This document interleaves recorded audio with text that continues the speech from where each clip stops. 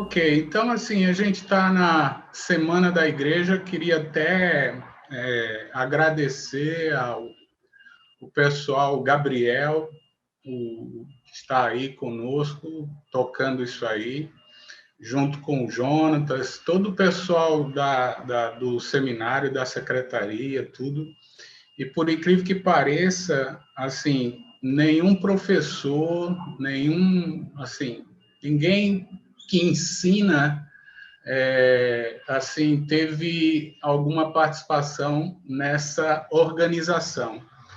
Então, assim, talvez se a gente tivesse perturbado o negócio. Então, eles fizeram muito bem e, assim, estamos fechando com chave de ouro, muito bom mesmo. E a minha parte ficou desmistificando a adoração na Igreja do Senhor. Então, isso é uma questão bastante importante. Adoração, para mim, e eu penso que é muito vívido isso nas Escrituras, é a coisa fundamental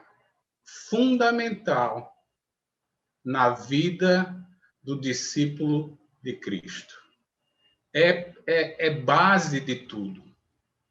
Assim, primeiro começa com adoração e depois puxa-se, ou, consequentemente, todas as coisas vêm atrás. Se houver uma adoração assim deficiente, pode acontecer o que o irmão acabou de ler aí em Isaías capítulo 1. Uma adoração sem um louvor, melhor dizendo, um serviço a Deus deficiente. Então, nós estamos num momento muito oportuno, que é justamente falar da adoração. Isso é importante. E o meu desejo aqui é fazer com que a gente consiga entender isso, de como as Escrituras colocam no seu lugar devido à adoração, e nós precisamos segui-lo. Assim, como a palavra, né, como me chamaram para desmistificar, uma coisa importante é saber o que é misticismo, né? Até perguntando para a Sueneide aqui, a minha esposa, ela é meu termômetro na mensagem, não sei se ela vai me dar uma aprovação aí, mas vamos ver. Mas assim, e aí ela perguntou o que é misticismo, né? O que é essa ideia? Então, assim, é muito importante a gente buscar os dicionários. Inclusive, eu vou falar muito de dicionário aqui, porque nós estamos tratando de palavras. Se a gente não entende a palavra, certamente a gente vai praticar as coisas incorretas. Deus deixou a palavra, e se a gente não souber os seus significados, certamente a gente perde muitas coisas que a palavra, que seu sentido, ela traz. Então, é muito importante a gente saber. Então, a palavra misticismos tem várias definições aí, por exemplo, uma crença religiosa que admite comunicação oculta entre os homens e a divindade. E tem outras mais, mas eu queria me apegar a esse item 4, quando vai dizer é o lado misterioso de qualquer doutrina.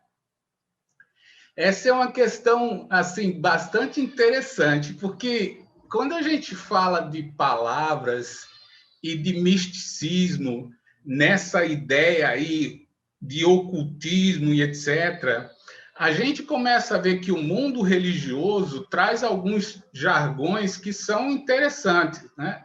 Por exemplo, eu coloquei alguns aqui, tá amarrado, e aí, benção, né? Paz, vaso, ou paz, vaza, ou glória, reteté, aleluia. Então, essas coisas, assim, são usadas com uma regularidade tão extensa que você fica entendendo que muitas vezes o que se fala sem saber o seu significado.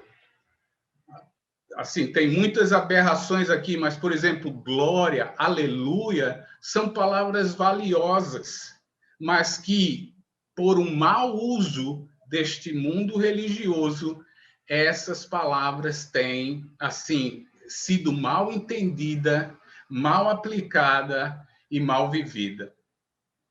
A Igreja de Cristo, ela faz de uma forma excelente a defesa da palavra batismo. É impressionante como a Igreja do Senhor entende a essência do batismo, entende o seu significado e, sobretudo, o seu propósito. Nós fazemos muito bem e batalhamos e lutamos para que essa palavra possa ser entendida por este mundo religioso e saiba o quanto essa palavra é importante para a transformação de qualquer pessoa que queira seguir Jesus como seu Senhor e Salvador. É como o apóstolo Paulo vai falar para os coríntios, né? Eu vos louvo por isso, mas quando nós tratamos de adoração, nós temos algumas deficiências com relação a isso. Quando nós tratamos, nós estamos sempre colocando as atitudes que são feitas na frente. O carro está sempre na frente dos bois quando se trata do significado dessa questão de adoração. E a minha intenção aqui, nessa palestra, é justamente trazer ela para o seu lugar de importância que as Escrituras trazem. E não só trazer o seu lugar, como, de fato, entender este ponto. Elias já trouxe as definições aí que foram importantes, e eu queria enfatizar essa ideia de se curvar, de se colocar diante do ser que deve ser adorado. Agora, o que eu queria falar antes é o conceito secular da palavra adoração. Então, a gente pegou o dicionário UAS aí e ele vai dizer, olha, um ato ou efeito de adorar. Religião, veneração, culto que se rende a alguém ou algo que se considera uma divindade. É um amor excessivo, uma veneração, uma idolatria por alguém ou alguma coisa, né? E que considera excepcional, tipo paixão, né? No uso informal é o gosto descomedido, exagerado por alguma coisa, quando alguém diz eu adoro tal coisa, né? E, no caso, o UAS, ele traz essa definição etimológica que é uma ação de adorar, adoração, culto a Deus, respeito profundo.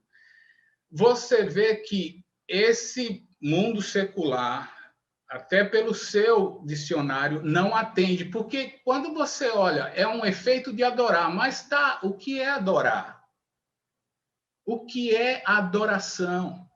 Então, eu queria justamente ir nesses termos que são das Escrituras e como nós podemos trabalhar ele para entender esse ponto. No dicionário do latim, porque é importante, a gente viu lá, nós temos essa influência latina, o português tem influência latina, de fato, as europeias têm essa influência do latim, como do grego também. E é possível, e aí é um conceito, um entendimento que eu tenho, que o mundo religioso tem essa influência de não entender a adoração no seu sentido etimológico, no seu sentido que é bíblico, justamente por causa dessa influência que nós recebemos das línguas latinas. Por exemplo, o dicionário Oxford vai dizer que é um ato de adoração ou oração. Adoratio é digno de adoração ou reverência. Agora, veja como essa palavra é composta. é um prefixo de ad, né? O ad, que quer dizer com ou também, e do verbo oratio, que é ação de falar, ou poder de falar, ou conversa, ou discussão. Então, você vê que adoração, no conceito latino, tem muito a ver com você falar. É lógico que essa palavra oratio tem a ver com boca também, ok? Tem a ver com o órgão da boca. Mas essa oração está muito, assim, vívida neste ponto, com a ideia do falar, com a ideia do expressar. E aí, assim, tem um outro dicionário que vai trazer a definição como ação, chamar, pedir, suplicar, implorar. Então, você vê que a adoração ligada à questão latina está muito, mas muito ligada a você dizer alguma coisa, a você expressar, a você falar, a você, assim, cantar, expressar palavras. Isso é importante, mas ele não diz a sua essência. Ele não traz o que te motiva a isso. Então, nesse sentido, por exemplo, o hebraico vai começar a nos ajudar. Okay? Há algumas palavras para adoração, mas a primeira delas que a gente vê com muita clareza é o shahá, que é prostrar, se inclinar. Como bem disse Elias, você se inclina e você se prostra. Essa outra palavra também usada que está aí embaixo, o abadá, o avodá, o abad, o avod, ela está linkado com o resultado do shakha, do se inclinar, do se prostrar. Então, nós temos uma força muito grande da palavra shakha, onde vai fazer com que você se dobre. E, logicamente, as outras palavras estão ligadas ao trabalho, ao serviço, mas o que vem antes é o se curvar, o se prostrar. Em seguida, porque nós sabemos que o hebraico foi traduzido para o grego, a Septuaginta, né? Traduziu o hebraico do Antigo Testamento para o grego, e provavelmente Jesus usou o texto da Septuaginta. A Septuaginta vai traduzir esses textos ou essas palavras, por exemplo, shakha, como proskunel, que é adorar, prostrar-se perante, reverência, receber respeitosamente.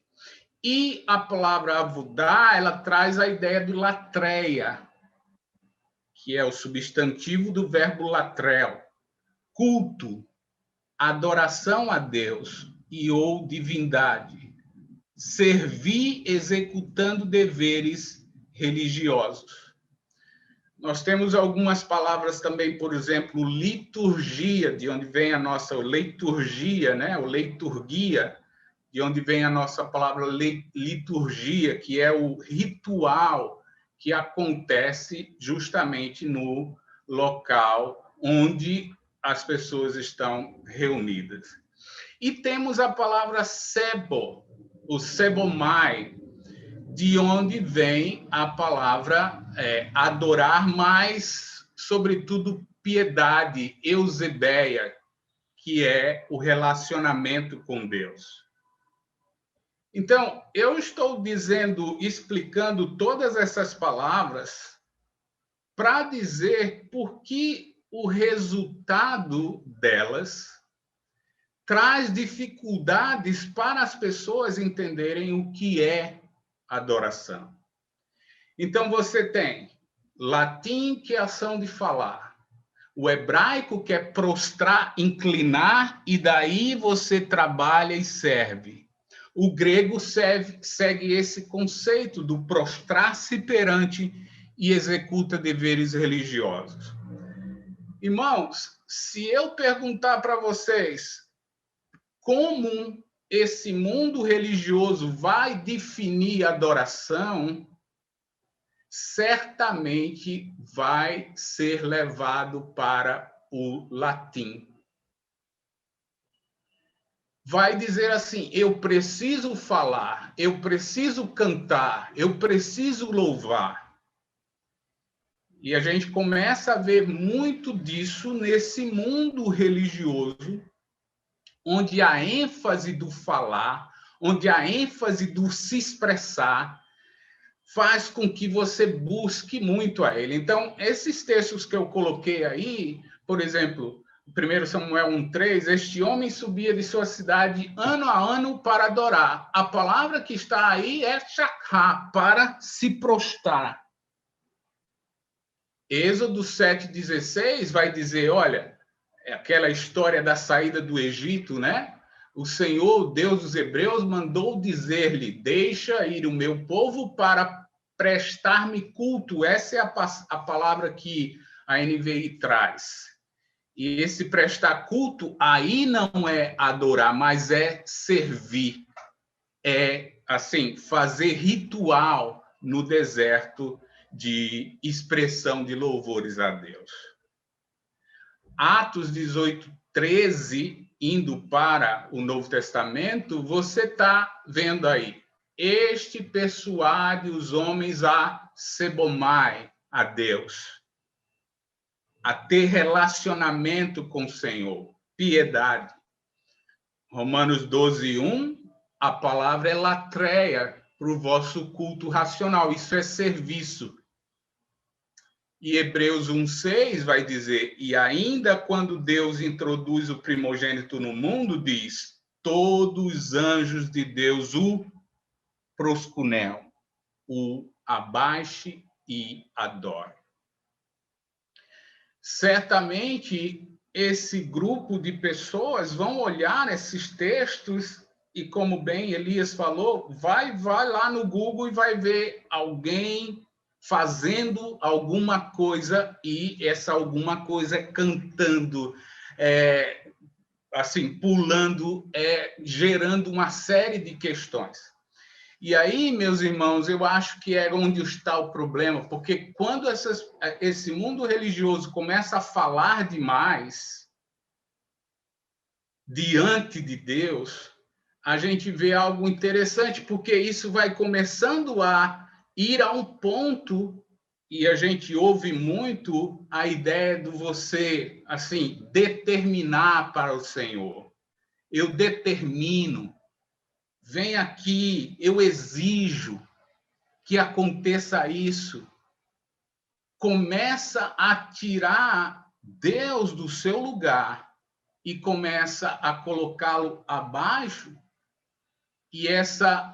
e eu nem vou dizer adoração, inclusive que se assim pudéssemos transportar alguém de lá do primeiro século ou até anteriormente do Antigo Testamento e viesse aqui e entrasse nessas reuniões de louvores, onde as pessoas dizem, olha, nós estamos adorando, certamente eles ficariam abismados, eles ficariam surpresos, porque adoração, irmãos, é justamente reconhecer quem Deus é.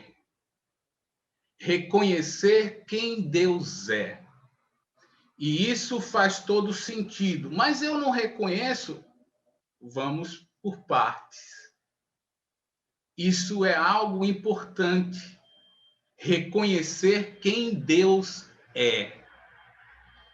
Poderoso, Deus, glorioso, Rei, Senhor.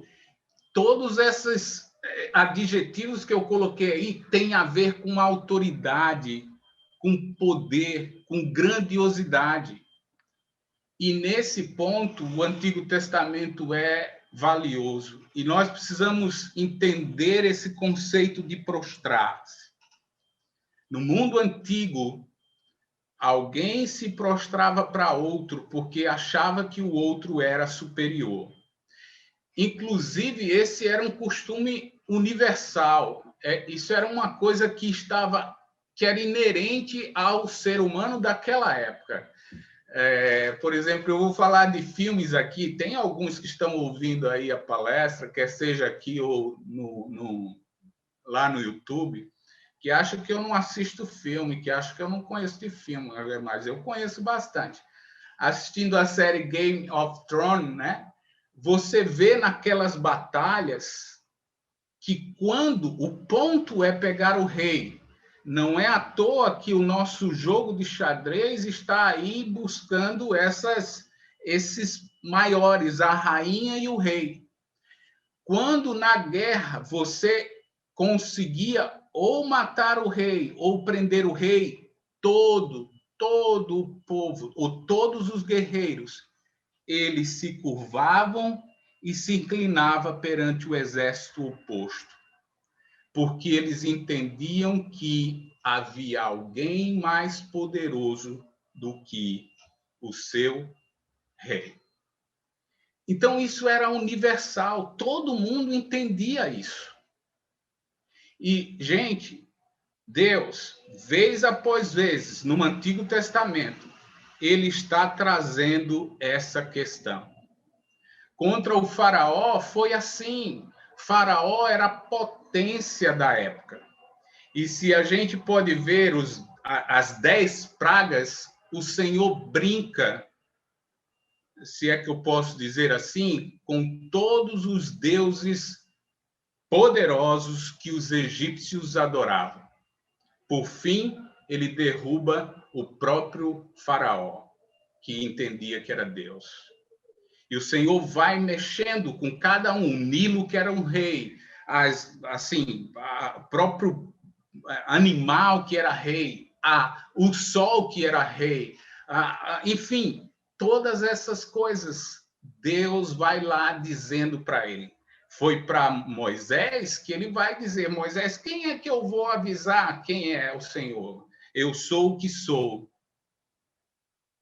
Eu sou o grandioso. Eu sou o único. Os 10 mandamentos, os 3 primeiros mandamentos, o Senhor está falando justamente sobre isso. Não tenha outro Deus na sua frente.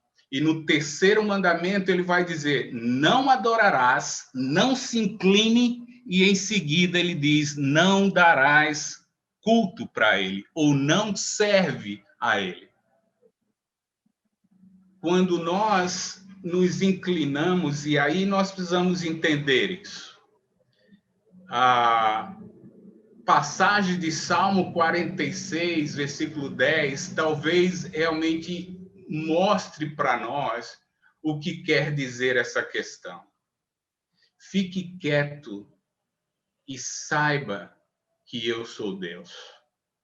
E esse texto é um texto de guerra, um texto de batalha, e vai dizer lá nesse salmo que o Senhor está controlando e é mais poderoso do que qualquer nação.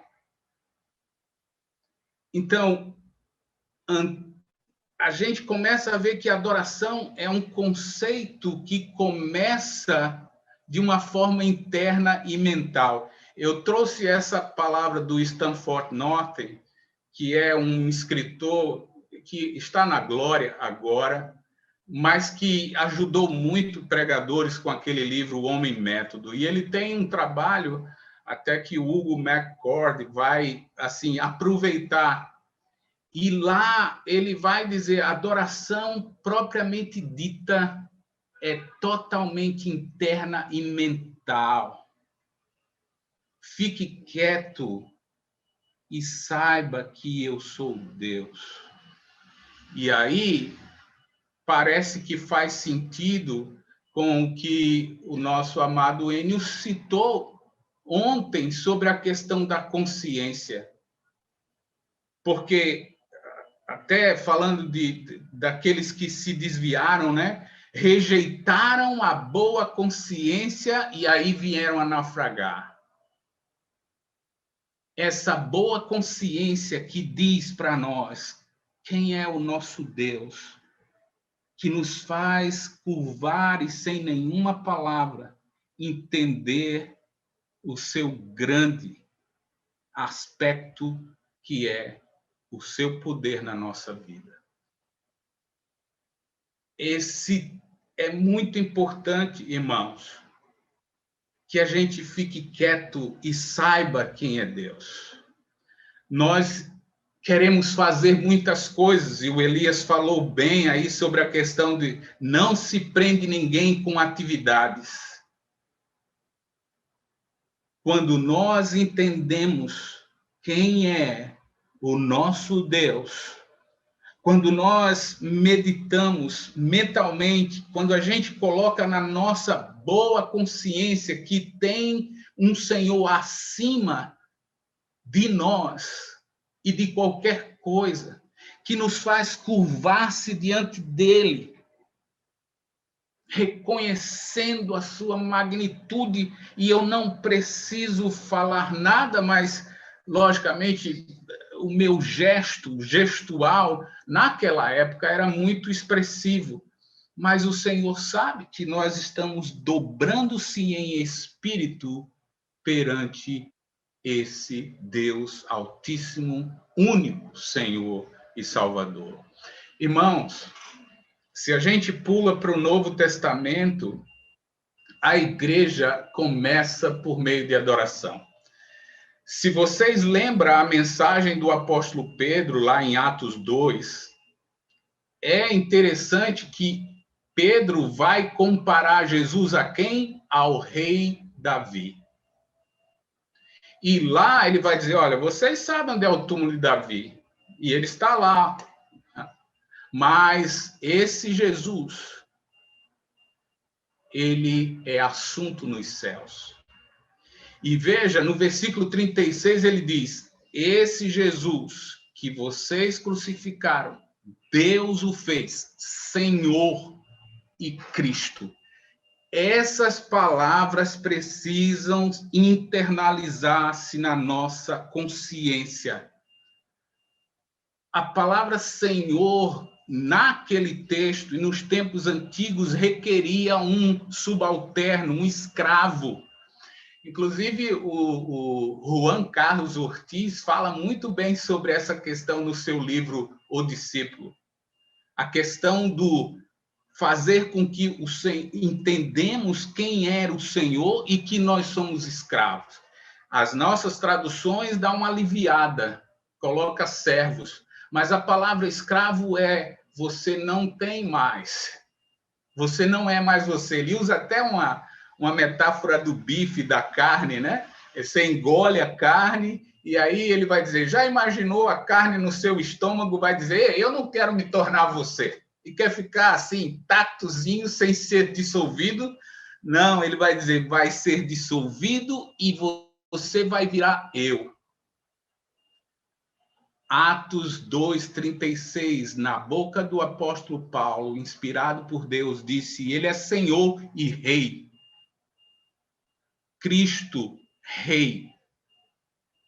E que merece ser reverenciado, que merece fazer com que nós sejamos encurvados e façamos com que na nossa mente, na nossa consciência, ele seja sempre o nosso Senhor. Isso está conceituado no Novo Testamento em cada lugar que a gente abre.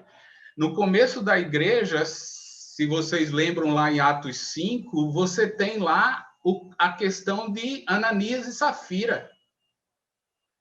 E lá acontece a ação de Deus para a mentira daquele casal.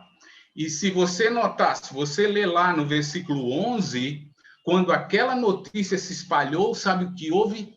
Temor, respeito, reconhecimento quem é Deus. Fique quieto e saiba que eu sou Deus. Filipenses, capítulo 2, quando vai falar de Jesus Cristo, esse rei, esse, assim, Salvador, Senhor, vai dizer lá em Filipenses capítulo 2 que todo joelho vai se dobrar perante ele e vai confessar, quer queira ou quer não, no dia do Senhor, quem é Deus, cheio de glória e majestade.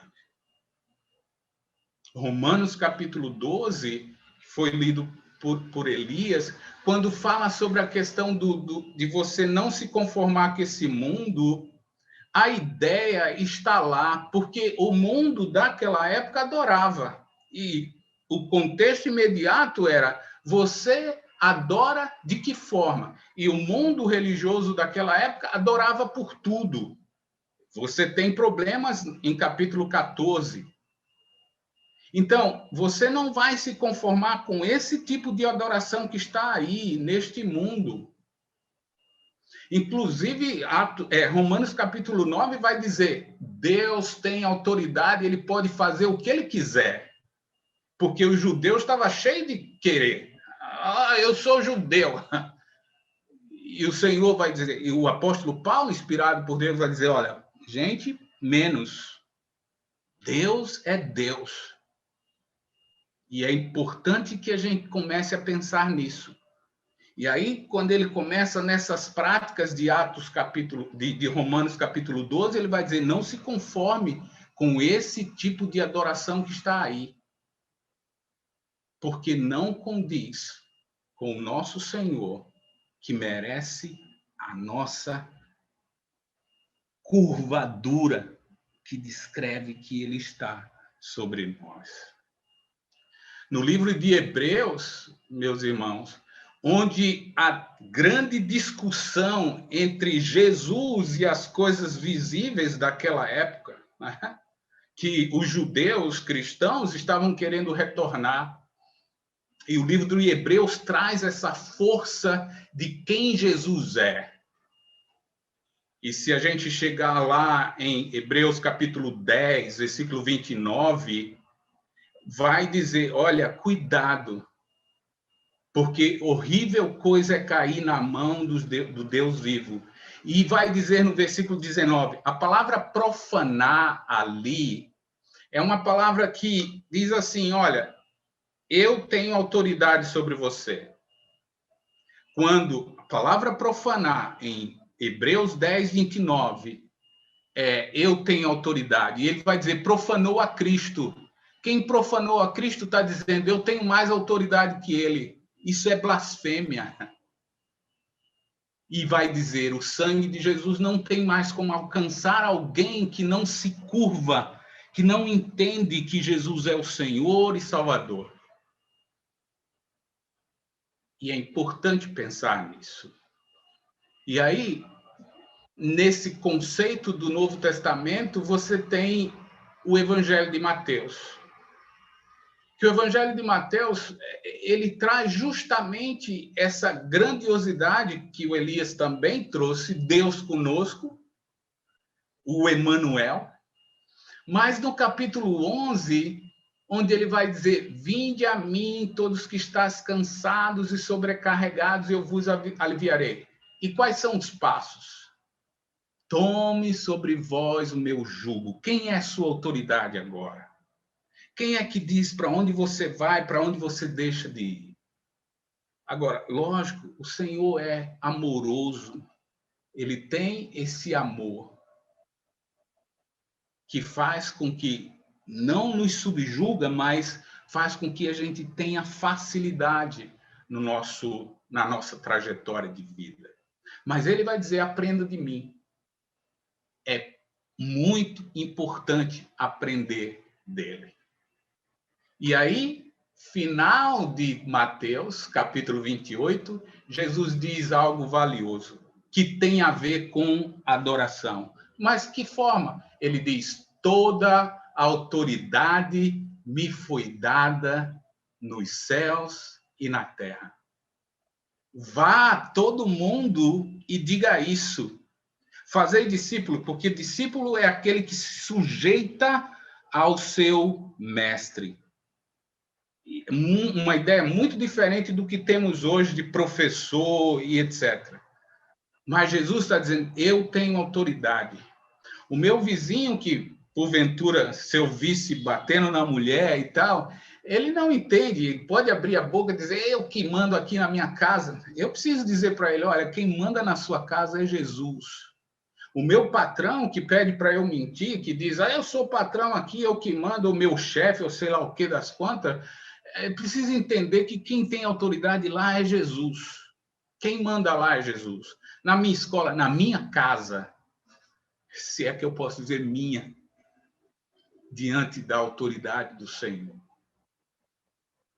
A igreja começou com isso e os apóstolos passaram falando justamente isso. Esse Jesus, que os nossos pecados crucificaram, Deus o fez Senhor e Rei. Não dá, é impossível conceber, diante da ideia de autoridade, diante da ideia do que é se curvar de adoração, isso são frases que nós ouvimos durante essa semana. Um evangelista não querer falar de missões. Alguém querer incluir novidades na reunião da igreja. Ofertas baixas, pouco momento de edificação, negligência do estudo da palavra. Os apóstolos, eles foram exemplos de servidão. Quando prenderam João e Pedro, Pedro vai dizer, como é que eu... vocês vão apanhar aqui, vão parar de falar. Ele diz, como é que eu posso parar de falar?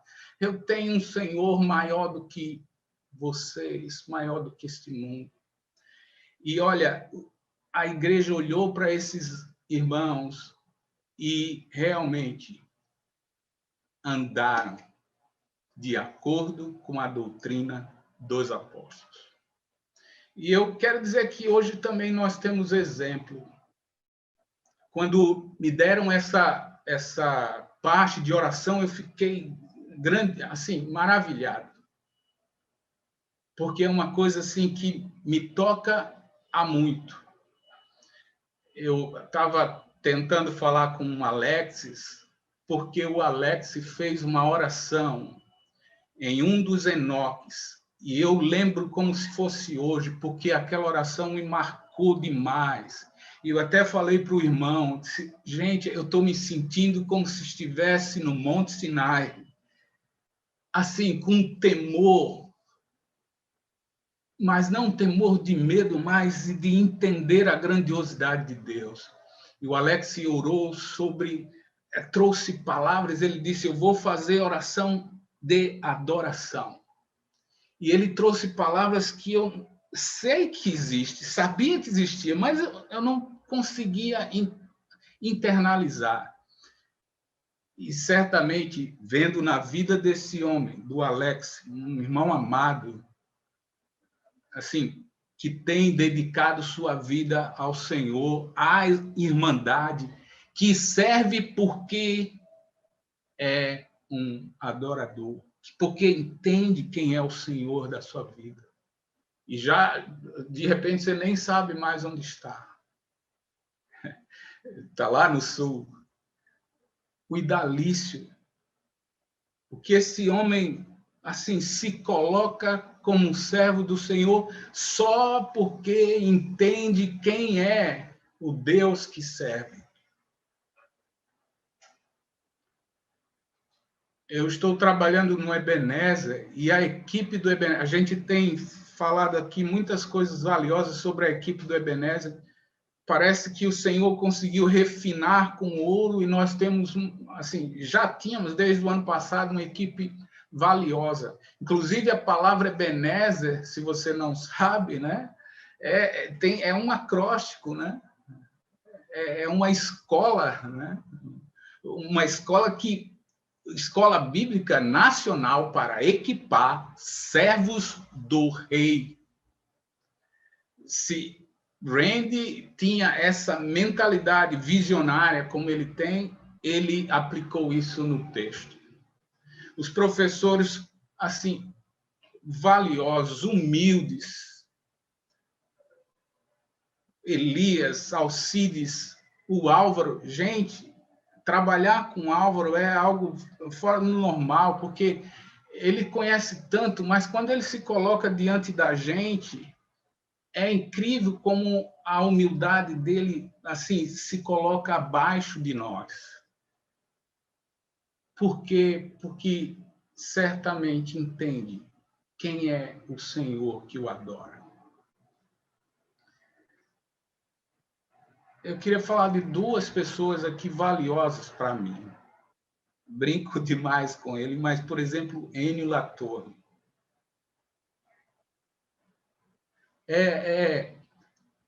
Ele vai para os lugares, podia ficar no hotel, mas ele fica na casa dos irmãos.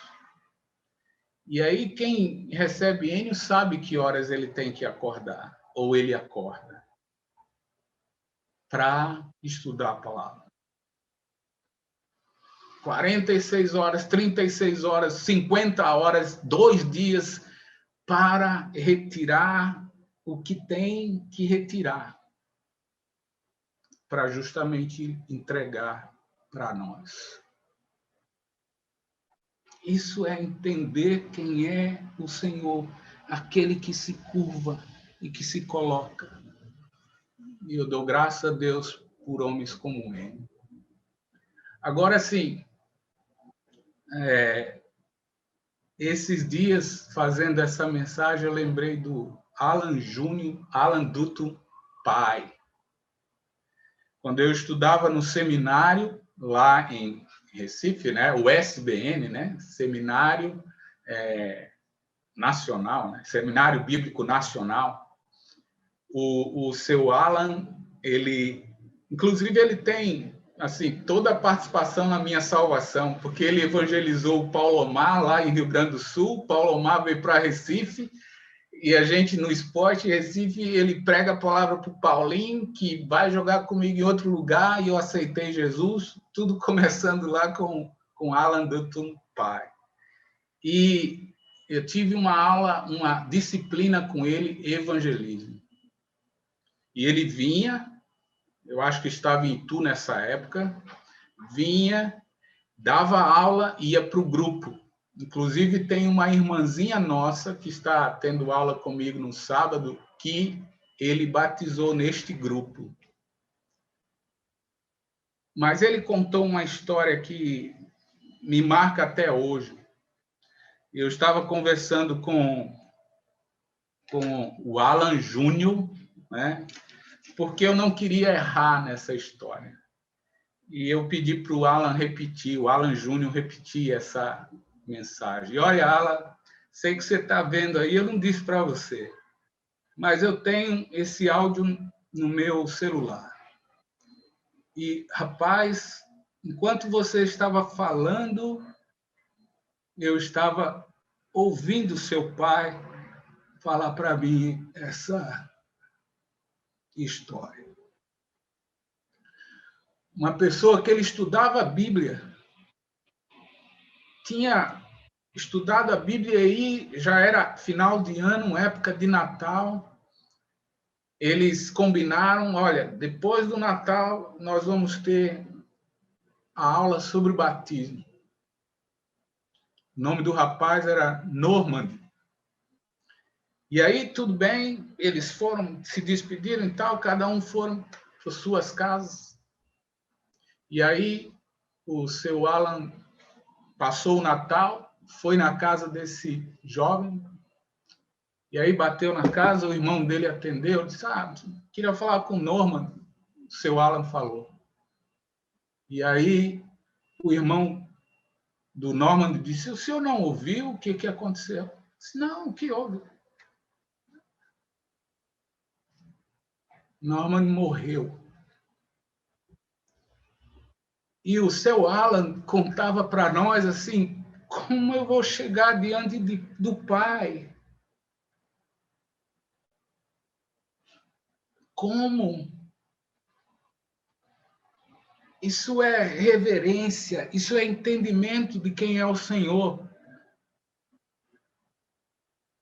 E ele falava, é urgente o evangelismo. as pessoas precisam de salvação. E eu deixei para depois. Quem conhece o Alan sabe disso, ele se culpava por isso, mas por causa do Deus grandioso que ele serve e que também nós servimos. Então, quando eu ouço essas coisas que tem ouvido entre a Irmandade, nós parece não sabermos o que é a adoração. E eu queria dar umas sugestões aqui para nós. Quando você abrir os olhos de manhã, adore. Como? Fique quieto e saiba que Ele é Deus. Se curve perante Ele e diga, vez após vezes, que você vai servi-lo. Servir ao próximo, pregue o evangelho, ame, mas tem que primeiro você entender a autoridade de Deus na minha e na sua vida. Inclua isso no evangelismo, gente. Inclua isso no evangelismo. Nós falamos, olha, de crer, confessar, se arrepender. Inclua no evangelismo. Sabe Lucas capítulo 14, 25?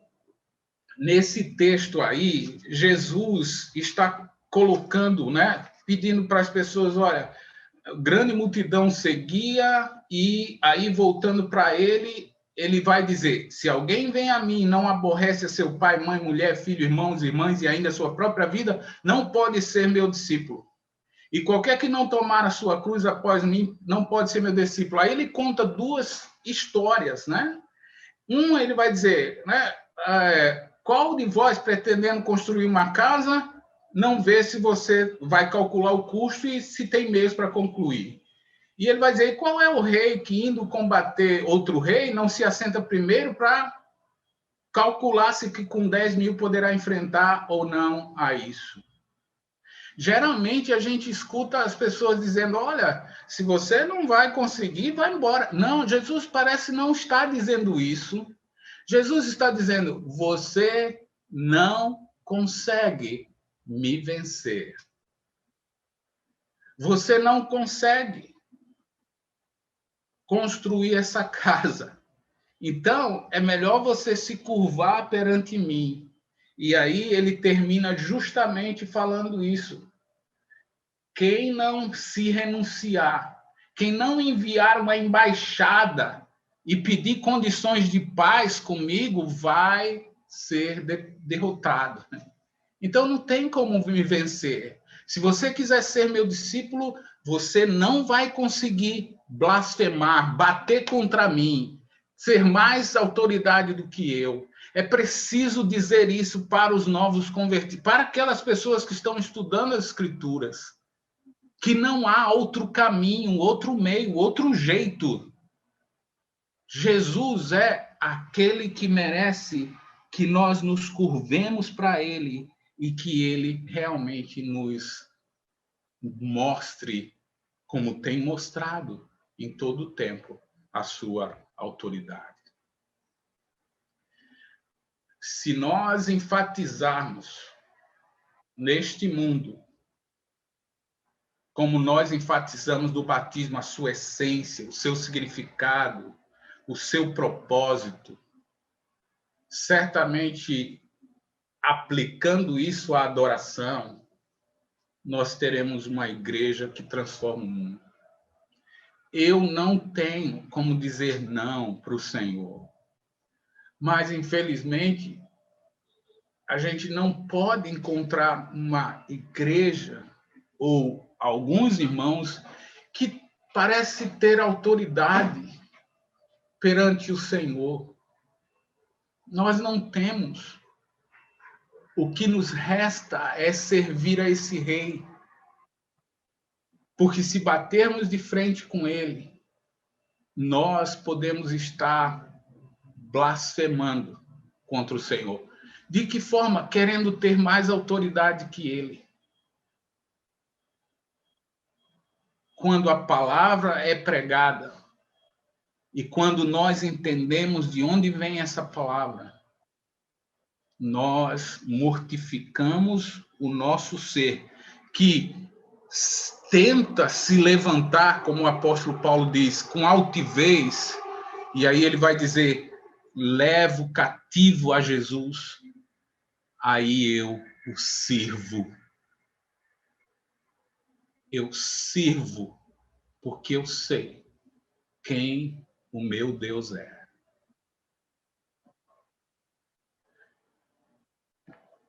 Deus nos abençoe.